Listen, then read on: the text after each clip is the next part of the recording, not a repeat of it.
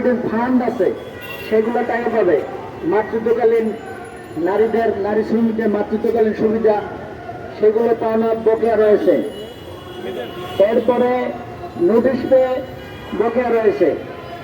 তারপরে service benefit বকেয়া, এরপর বকেয়া বেতন। একজন শ্রমিকদের 2 মাস 3 মাস করে বকেয়া বেতন ছিল, আর যারা কর্মচারী স্টাফ ছিল তাদের 5 মাস 7 মাস করে বকেয়া ছিল। সেই টাকাগুলো এখন পর্যন্ত পরিশোধ করা হয় নাই।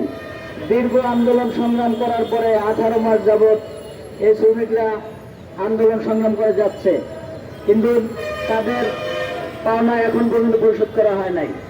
এই ফ্যাক্টরি 2023 সালের 22 নভেম্বর বন্ধ হয়ে যাওয়ার পরে মন্ত্রণালয়ে একটা চুক্তি হয়। 28 নভেম্বর তৎকালীন শ্রম প্রতিমন্ত্রী মনিরুজ্জামান সুফিয়ানের নেতৃত্বে সভাপতিত্বে একটা চুক্তি হয় মন্ত্রণালয়। সেই চুক্তি মোতাবেক শ্রমিকদের পাওনা দেওয়ার কথা ছিল, যদিও সে চুক্তি ছিল শ্রম আইনের থেকে, শ্রম আইনের যে সুবিধা শ্রমিকরা পাবে 20 ধারায়, সেই 20 ধারার প্রায় অর্ধেক চুক্তি করা হয়। চুক্তি করার পরে এই শ্রমিকদের তারা যে অর্ধেক পাওনা পাবে, সেই অর্ধেক পাওনাও এই 18 মাস অতিবাহিত হওয়ার পরেও পরিশোধ করা হয় নাই।